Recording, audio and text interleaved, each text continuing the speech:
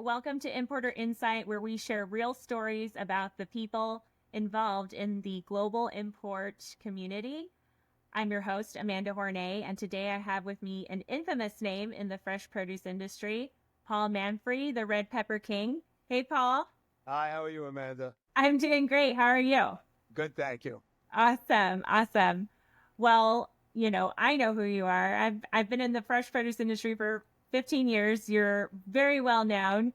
But for the people that are not, can you share with us how you started as an importer or how you got Well, involved in imports?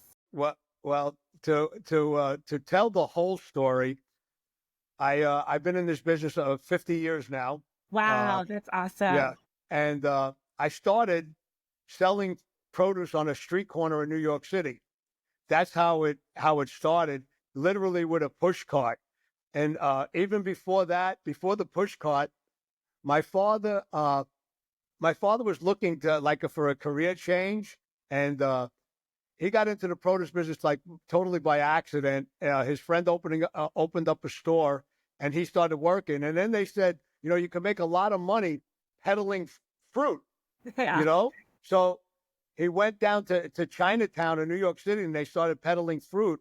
And then he found a spot in the Mets parking garage. Now, anybody from New York City from that 30 or 40, the Mets parking garage today is the New York Times building. Okay. But back then it was a parking garage in the heart of the fashion district. And all the great designers of that day parked their car in that garage. Calvin Klein, Gloria von Furstenberg, the Jordache brothers, whoever was big in fashion back then, parked in that garage. And our fruit store was basically 4 parking spots that we set up with milk boxes and 4x8 sheets of plywood. And that is right down the block from the Port Authority bus terminal, which hundreds of thousands of people passed our stand every day to get to the Port Authority to take their bus home to New Jersey. So, yeah, so what my father started with, like putting 20 grapes in the back of a car and selling like 2 or 3 different items, turned into selling 2 truckloads of produce a day, basically in 4 or 5 hours, as people walk by and pass. And from that, then I started with the push carts up on Broadway and 7th Avenue, and that's how I originally got into the produce business. And I have literally done everything there is to do in this business, from selling produce on a street corner, from wholesaling from trucks, to just going around like buying cheap and going to stores and restaurants. I lived in Costa Rica growing strawberries. I lived in Mexico. I went to school in India. I've lived and now for the past 30 years, it's basically been bringing stuff from Mexico into the United States and then distributing it across the United States. Amazing. Wow. That's an amazing story. You've Yeah. done it all. Yeah, I literally have done it all. And what's really great about doing it all is when someone says, "Oh, you can't do it," or "That's not how it's done." If you've done it all, you can say, "Well, this is how it's done," right? Right. This is how we used to do it. Or, there's yeah, Exactly. yeah. I wouldn't trade my experience for anything. Great. Yeah. So if you had to do it all over again, what would you do? What would you do differently? I would have finished medical school. Did you go to medical school? I went to school in India to become a doctor. I want to be a neurosurgeon.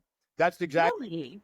that's exactly what I had a brain operation when I was 10 years old, and yeah, that was it. I was hooked. I always wanted to be a doctor, and unfortunately, it didn't turn out that way. But the good news is, a neurosurgeon pays about $1 million a year in malpractice insurance. I don't have to come up with the 20,000 a week for insurance anymore. Yeah, So, that's a and I good tell you the thing. truth, I don't know if I'd be a happy neurosurgeon, but people that know me say, "Paulie, when you going to retire?" And I usually tell them 3 days after I die, 5 days if the market's hot. So, yeah, I I still love this business. And now I get to, because of social media, it started out, just wanted to share my love of the produce business. And it turned out like it's been like another whole new chapter for me, kind of like sharing my experience with, people like you, people much younger than you, Yes. and yeah, it's been great. I really, it's really been great. I'm really grateful that we've had the chance to interact, and it is because of social media. That's how we met and started talking about the crossings and different things. So I'm really grateful you're here and that we actually got to talk and know each other a little bit. You've been in this business 50 years. What's the biggest lesson you've learned from being in the produce industry? To me, I've been, I know what it's like to have a lot of money, and I literally know what it's like to have $3 left to my name. So what I take from that is you always have to stay hungry.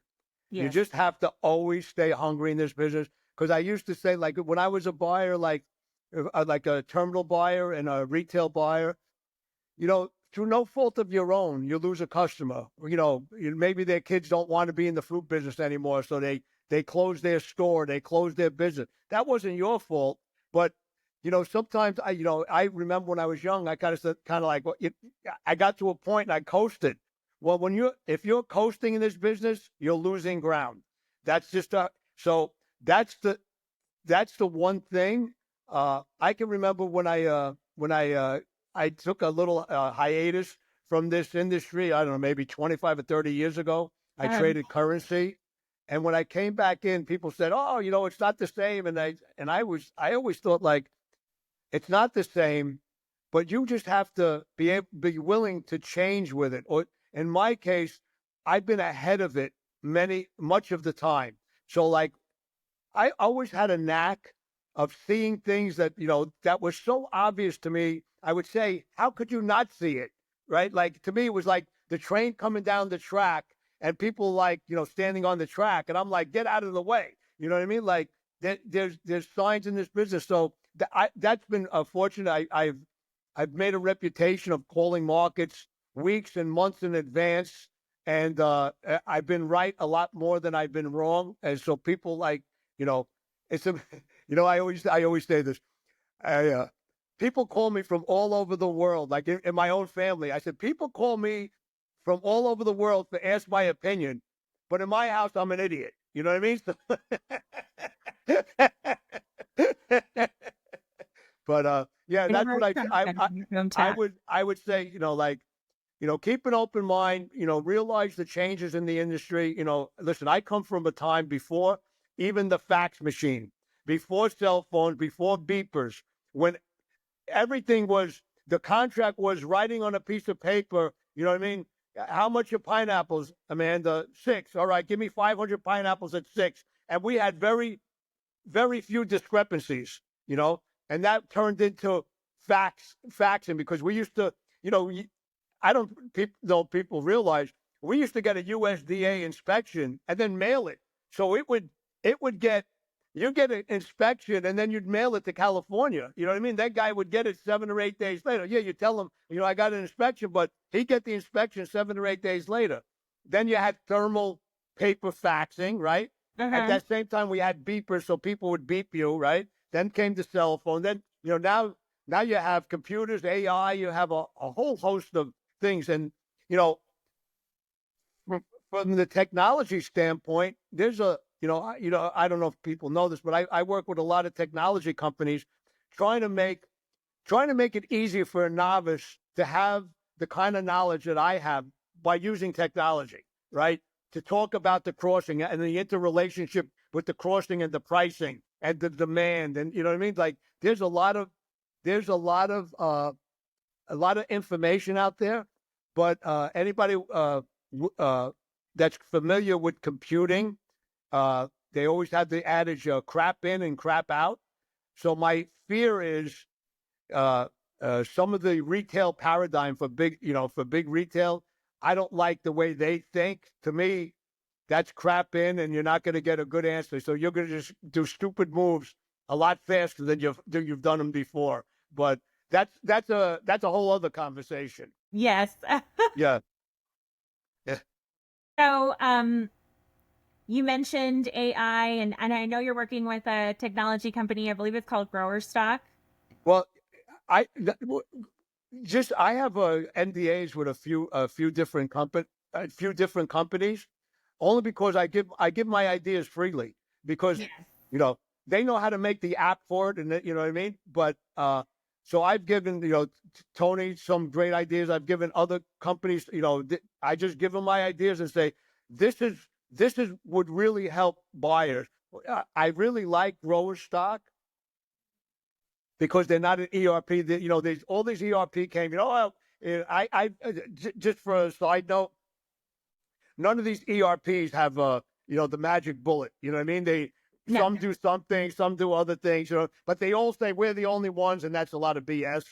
But what Tony does, no matter what ERP you have, it's tools to add on top of your ERP that can make you better at your business. And it's definitely time efficiency, paperwork efficiency. Like that's the kind of stuff where I think technology could lead us to make our jobs easier. Like Yes. I get a dashboard from them, and I can have all my suppliers on one email tell me everything they have all day.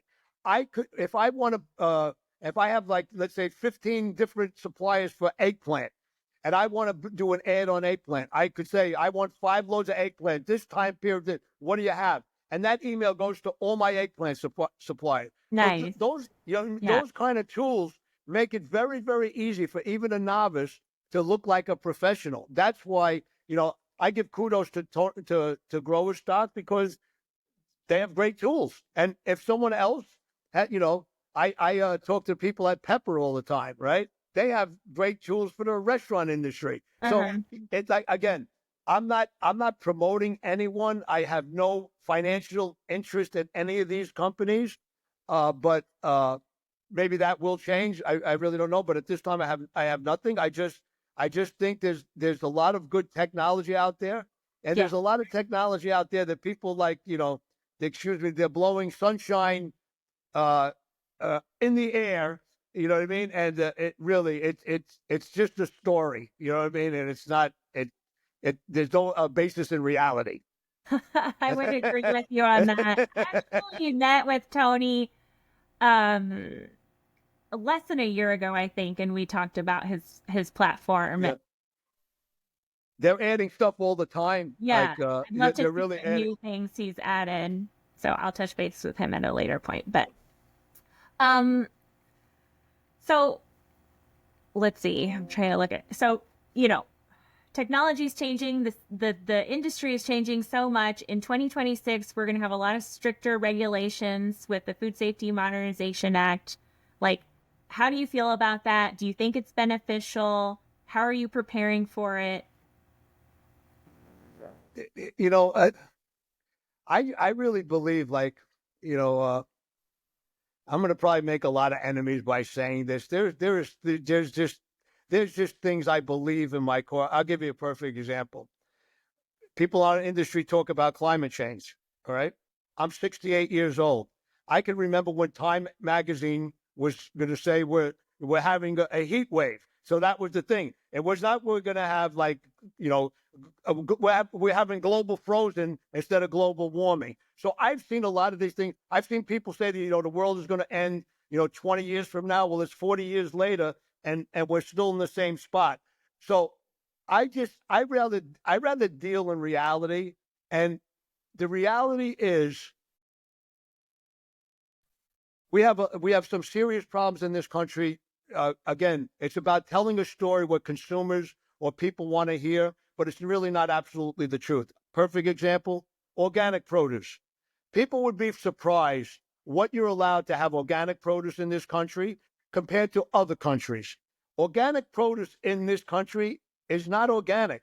You know what I mean? There's a list of things because it's in nature, you could put them in your, I just want to tell people arsenic comes in nature. Would you want that in your food? But there's a lot of regulations. Getting back to your point, there's a Right. lot of regulations, a lot of things about sustainability that is put on the grower and it's just adding cost on top of cost on top of cost. And then from the retail side, they want to be charge me less, charge me less, charge me less, so they can charge the consumer more and charge the consumer more and can charge. So that's what I'm saying. It's about a story, but the story's not complete. It's all tugging at the grower. Yes. It's all it's all put upon the grower to make stuff better and cheaper, but it costs more for the grower. And a lot of these regulations really they're not good. They're not good for us. I want to do a side note because this was part of just our recent history. Let me give you more to hate about me. I am a Trump supporter, okay? But 25% tariffs on fruits and vegetables is the stupidest thing you could ever do. And let me give you the reasons for it. In the produce business, it's a supply and demand business. So it could cost you $15 and you could sell it for 10, and you could be happy selling it for 10 because the next stop is 0. In the produce business, if you try to put 25% on top of a price that is not working, it just doesn't work. It will go back to the grower or the importer having to pay 25% more, but not being able to the retail is not going to pay 25% more. The consumer, we have a lack of demand in this country because people are living paycheck to paycheck. The consumer's not paying 25% more. And because we're in a perishable business, we have a time constraint on us. There's only a small window when our produce can be sold at the best possible price. After that, just so people know, the moment you pick produce, it starts dying. So you have a very short window to sell that product at again in that small window. When I was trading currency, I used to tell these people all the time. I had a few Harvard MBAs working for me, and I used to say, physical delivery of a perishable commodity. Price is going up, price is going down. While it's doing that, stuff is going rotten. You could sell that. You could sell anything. That's true. Do you believe that if you can sell fruit or vegetables, you can sell anything? Yes. Yeah, I honestly, I think it was a negotiation tactic. Yeah. But it threw our industry into a flux. It right? did. It really did. See, that's what people don't understand. We are the most resilient industry there is. If people had what we navigate, just go back 3 or 4 years during COVID. Yes. We were the only industry with shelves fully stocked. The only industry. We kept going. We operate on adversity. We operate on what's going wrong next. That's how we operate. We are very resilient. We know how to pivot in a moment.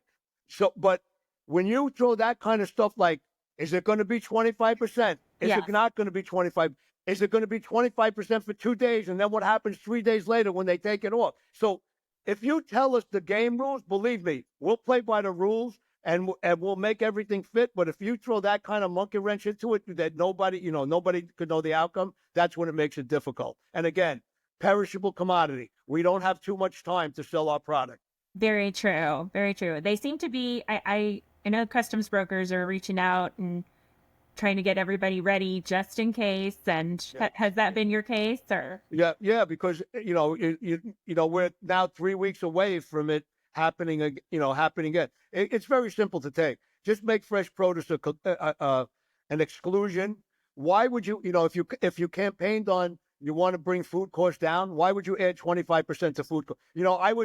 I would 3 months ago, people were asking me about this, and I said, he will never do that. It would not make sense to add a tariff on produce. I was so surprised that he didn't cut out the exclusion right away. Hopefully the next time, it'll be in there. Yeah, hopefully it'll be excluded, once we get to March 1st. We'll see.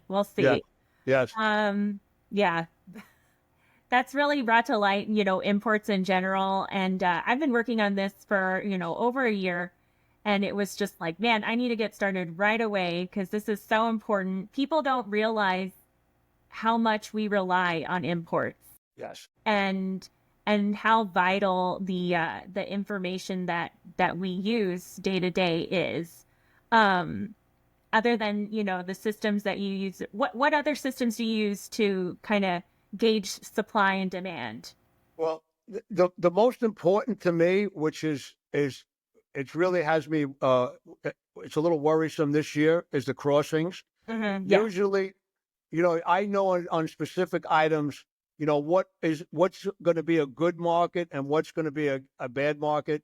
And anybody that's followed me on my LinkedIn, I spoke about this, for the last couple of months. Typical green squash. The crossings this year, I'm just getting, there was a time, where they literally could not give away green squash. And that was only a few weeks ago. Then it spiked up a little bit. Now we're going back into that territory. But they couldn't give green squash away. I mean, people were not taking it price after sale. That's how depressed it was, because they was trying to sell it for $2, $3 FOB. Usually, to get to those prices in the past, you'd have to cross 70 to 100,000 a day. We were only in the 30,000 range. At 30,000 range, we should have been in a $10 to $12 FOB, and we were in a $2 FOB. So I actually said that maybe the demographics of green squash has changed. Like peaches for young people, not my generation loves peaches. The younger generation don't like peaches. Demographics has changed on peaches. I'm just wondering, maybe it's changed. And just to take it a step further, end of January, if any, again, my big thing is the week of the twos, the end of the month, the week of the twos. It's a real thing. It's a real thing. It's a real thing. It's especially 2 weeks of the twos like we had in January, Yes. right? The last 2 weeks of the month. Yeah. Usually it bled into February. Right. And then usually, even though February is not a great month, usually the beginning of February is much better than the last 2 weeks. It wasn't this year. No, it wasn't. It's got my head spinning, because these are things that have worked for me for 30 years. Right. And it's in a little bit of a flux right now. In fact, I just wrote today, I just sent out my email of my podcast that I did yesterday. And the subject line was, where's the demand? You know what I mean? Like, there is no demand. Yes. It's really perplexing. Well, we'll figure it out, because I just told you, produce people are very resilient. We'll figure it out. And it may be we have to grow less squash. You know what I mean? Maybe we've got to grow more dragon fruit. Who knows? You know what I mean? But it's a thing right now. Demand is way off. And I could see it. I could see it from the consumer side, because we're still in an inflation economy. We're still in a paycheck to paycheck economy for the vast majority of people in this country. Yes.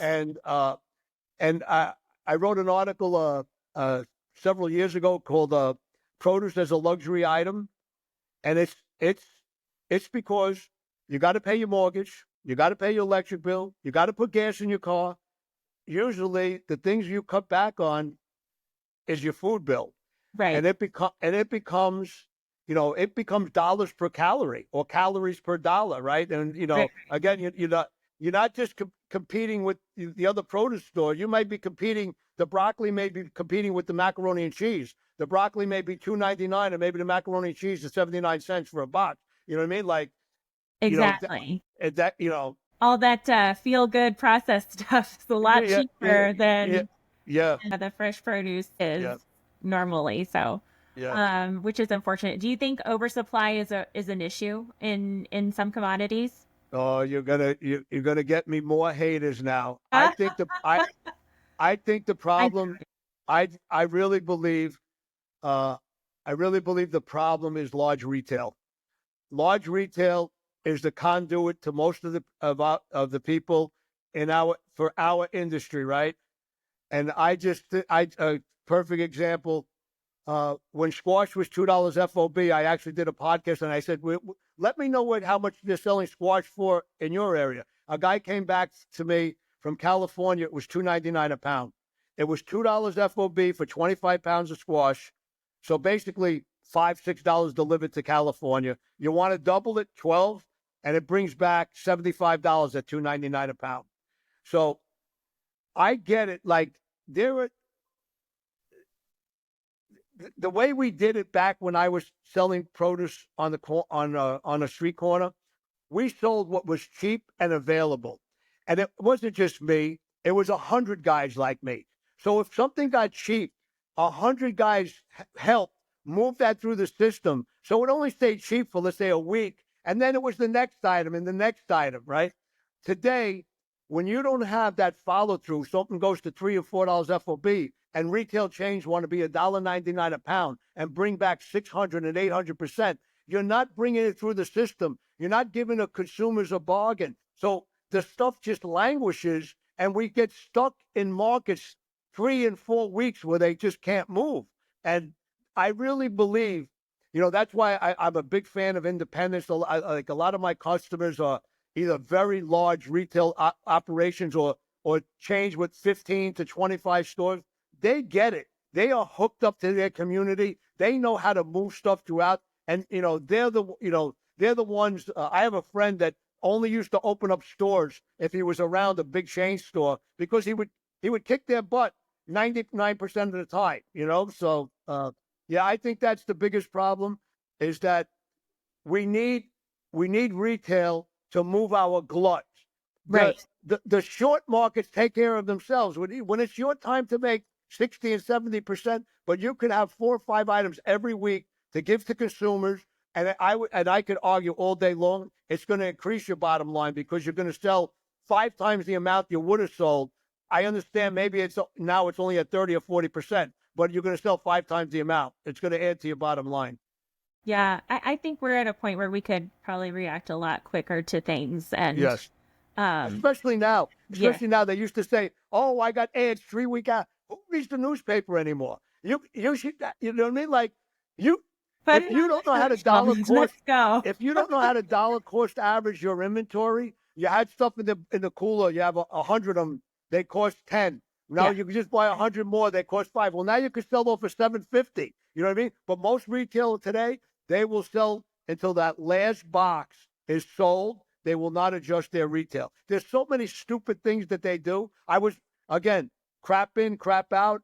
If you start putting that in AI as the paradigm, all you're going to do is make stupid mistakes a lot faster.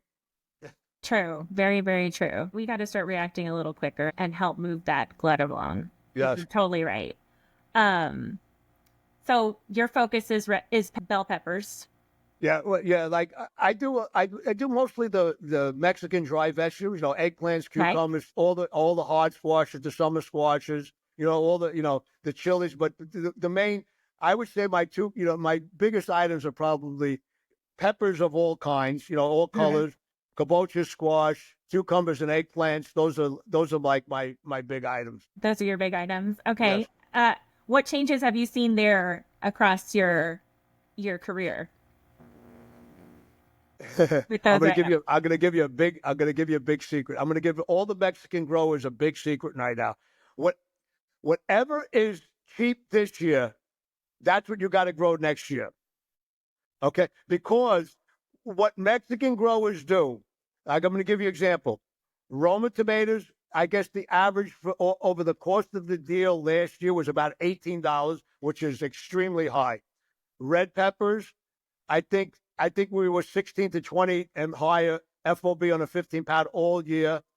Cucumbers last year too. Those 3 items are all in the crapper this year because everybody grew them. And what's amazing is we didn't even hit our stride yet. Like green peppers and Roma tomatoes, the volume is coming a week or 2 from now, and we are at the bottom on these markets. And if something doesn't change on the demand side, we're going to be in a whole lot of hurting. Yeah. Sounds like.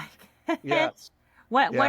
How do you plan for things like that? Like, what do you do to... Listen, it's funny because I'm sure you've seen this. Every grower gives you a beautiful brochure in the beginning of the season. We're going to have 6 million packages, and we're going to have them in May, June, July, August.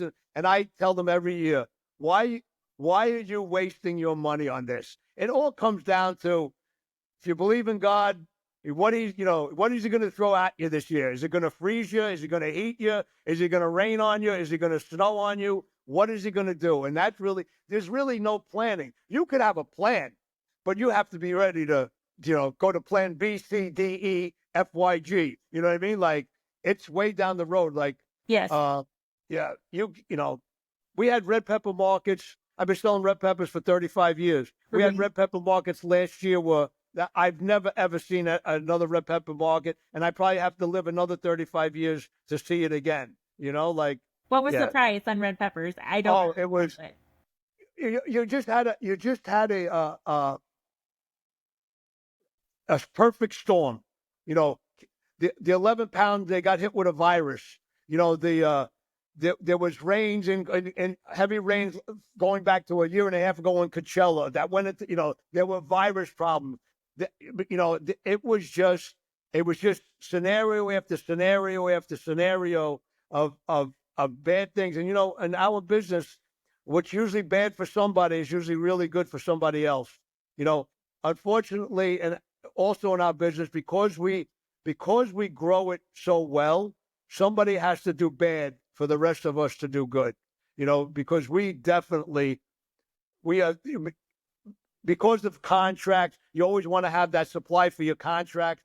So you're going to grow 20 or 30% more than your contracts to plan for those bad times.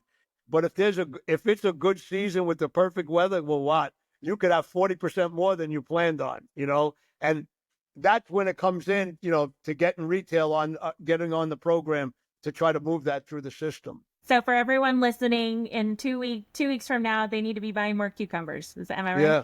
But what's cucumber salad. Yeah. What's amazing, Amanda?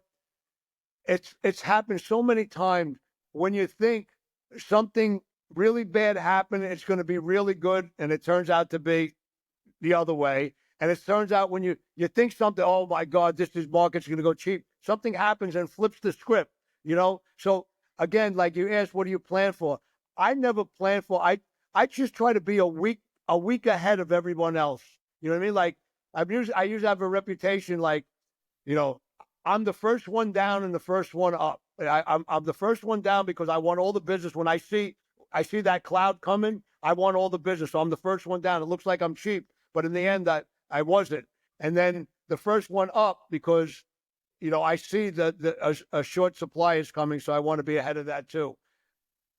Yeah, it definitely helps knowing what moves you want to make early down the road. I think Barry London, I'm sure you've met him before. I know Barry London. I knew him when he was young. Yeah. And I knew Steve Hitchings' dad too. Yes. Yes. Yes. Wow.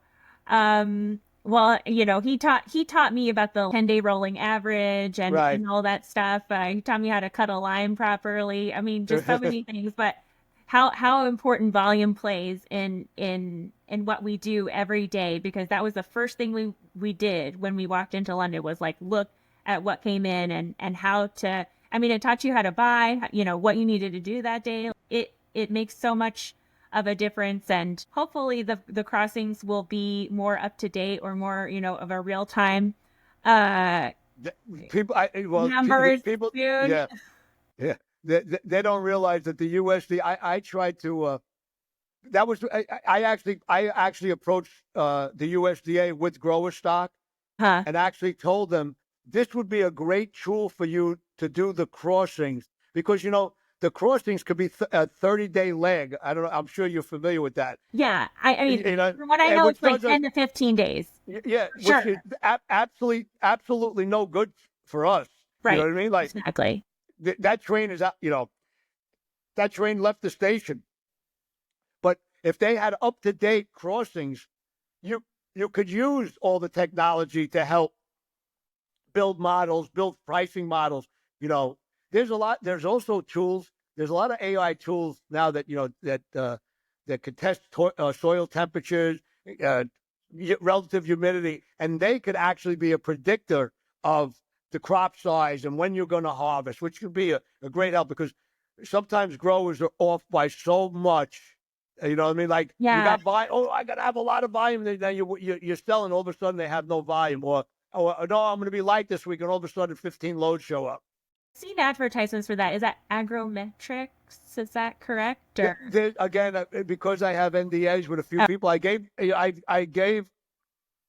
I've spoken about this with a few different companies, and I know it's out there, and it's just you need like with the USDA, you need good information to make the right prediction.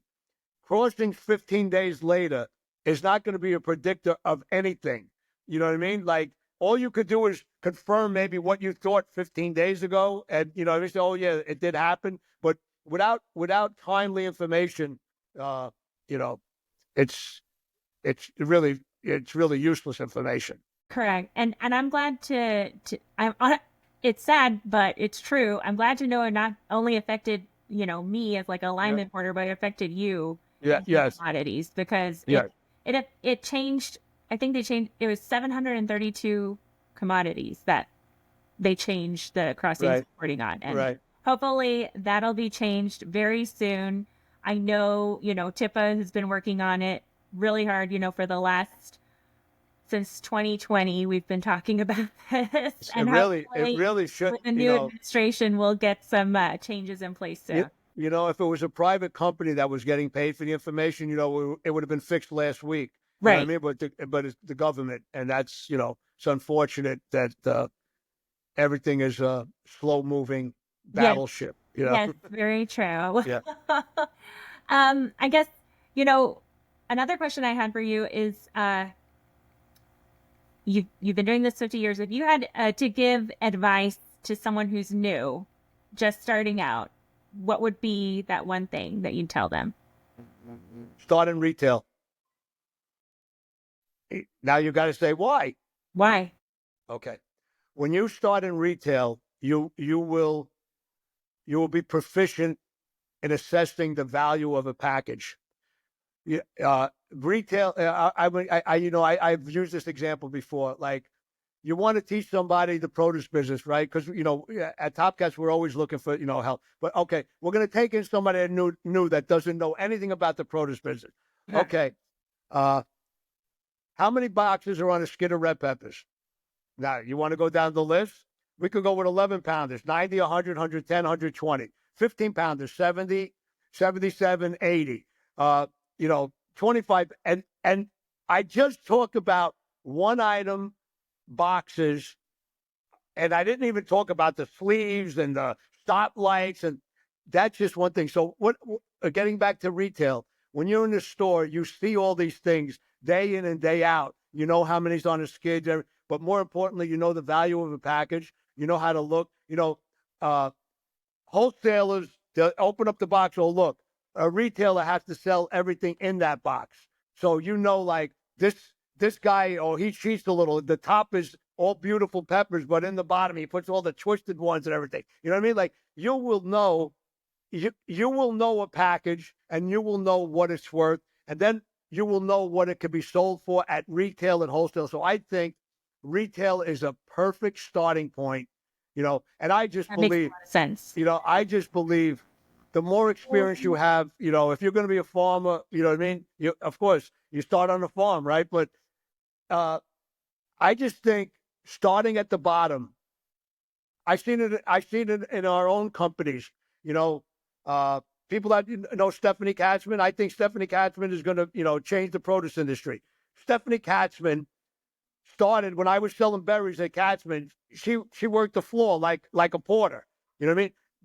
She's a woman that knows everything that, you know what I mean? And I just think that makes you a good leader because, Absolutely. Again, when somebody comes to you and says, oh, you can't do it that way, Stephanie can say, oh, I did it that way 30 years ago or 20 years ago, right? So yes. I just think just a broad-based experience, just trying different things. But if I had to say, like, for someone like in my position, if you wanted, you're going to be a buyer or a seller of produce, I don't think there's a better place to start than retail.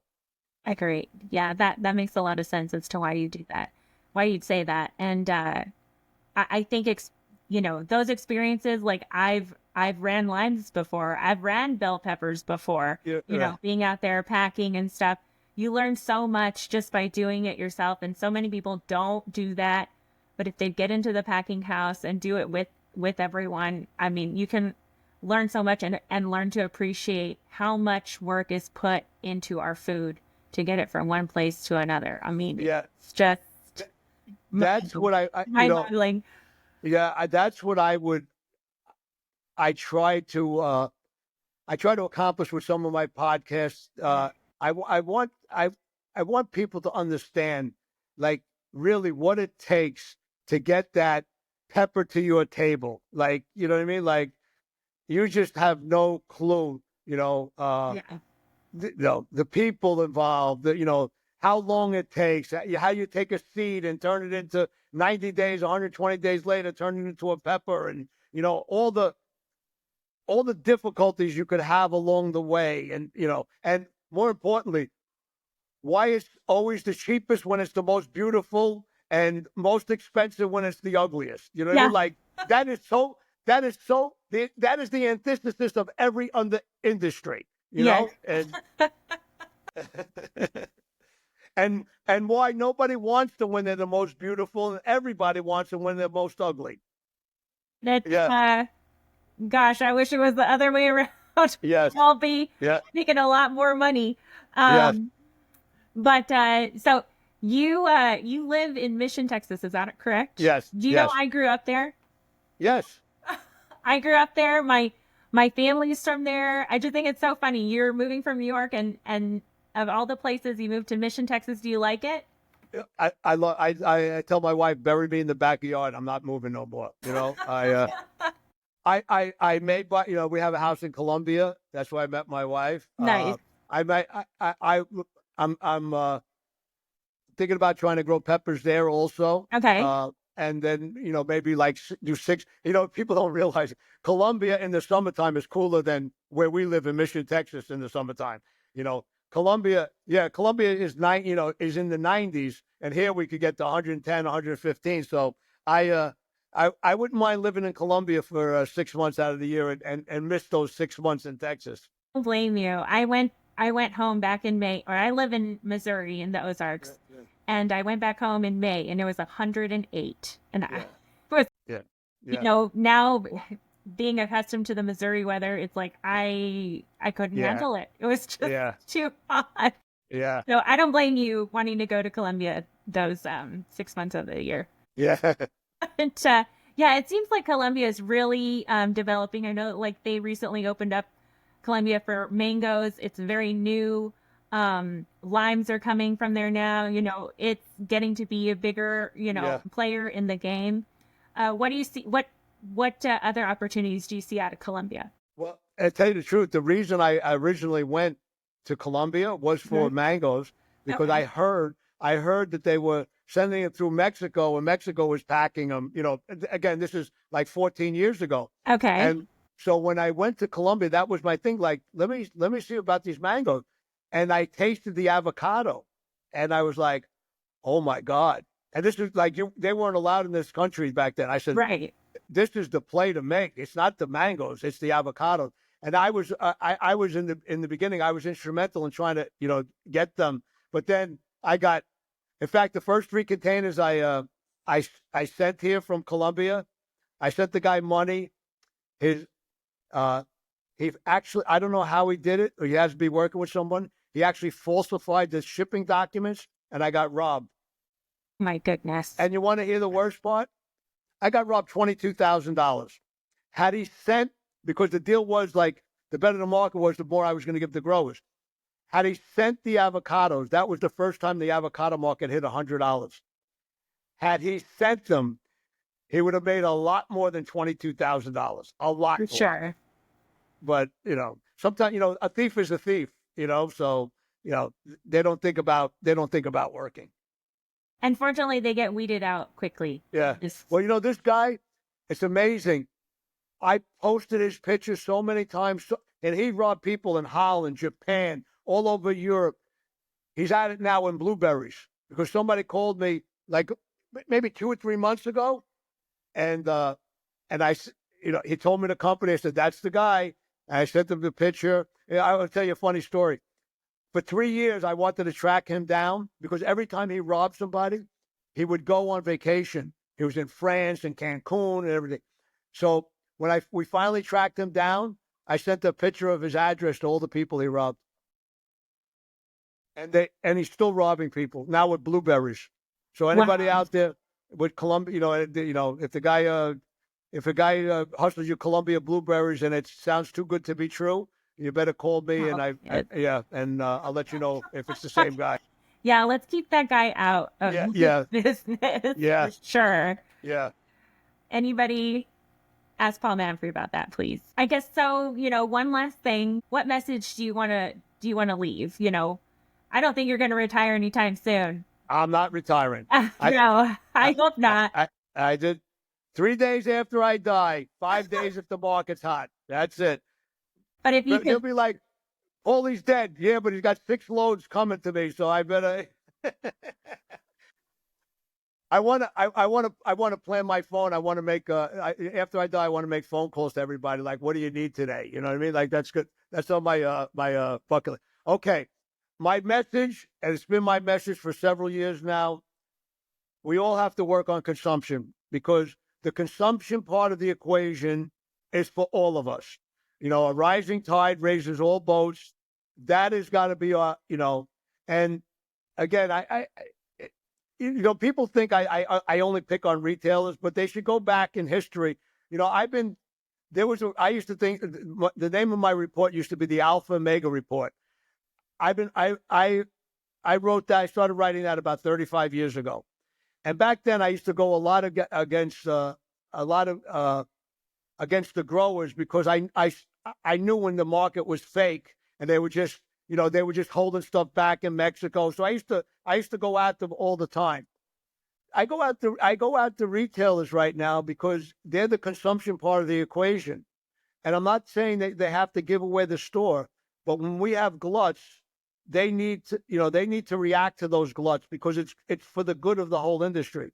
So anything we could do as an industry is beneficial to the industry. Right. So I would, perfect example, we don't advertise. Well, anybody ever hear of avocados from Mexico? Well, if you don't, just watch the Super Bowl this Sunday, and I'm sure they'll have 2 or 3 ads, and that's a perfect, or cuties, or, you know what I mean? Like, all the, you can promote produce. And how about, Walmart or Stop and Shop, or, how about them promoting produce also? You know what I mean? Like, advertise, or we just don't do it as an industry. And I really think if there was a message for everyone that everyone should get on board, it's consumption. We got to raise consumption in this country. For sure. I think the tides are turning, though. I think people are more aware of their health than ever, and that conversation is just continuing to grow and grow. Yeah. Amanda, we have the greatest story never told. Exactly. We have the greatest story never told. Yeah. We are so good for so many reasons, and nobody, like, come on, like I even said it during COVID. You have a captive audience now.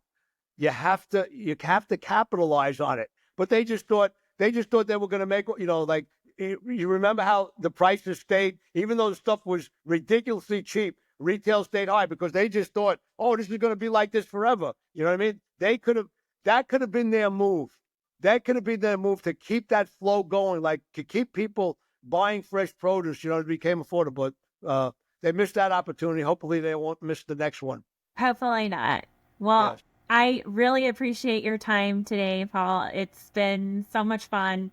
Yeah, it was great. Yes, good. I'm glad you had a good time. I did. And I love talking about produce. I know, me too. Me too. And Importer Insight is we're starting off with fresh produce because obviously I've been around for a little while, but we're open to, all kinds of importers. So, pass on the word. I And will. thank you so much again for your time. And, if follow Red Pepper King on Instagram, right? And Instagram, LinkedIn, and redpepperking.com. Awesome. Thank you so much, Paul. Take care. Thank you. Thank you, Anna. Bye-bye. Bye.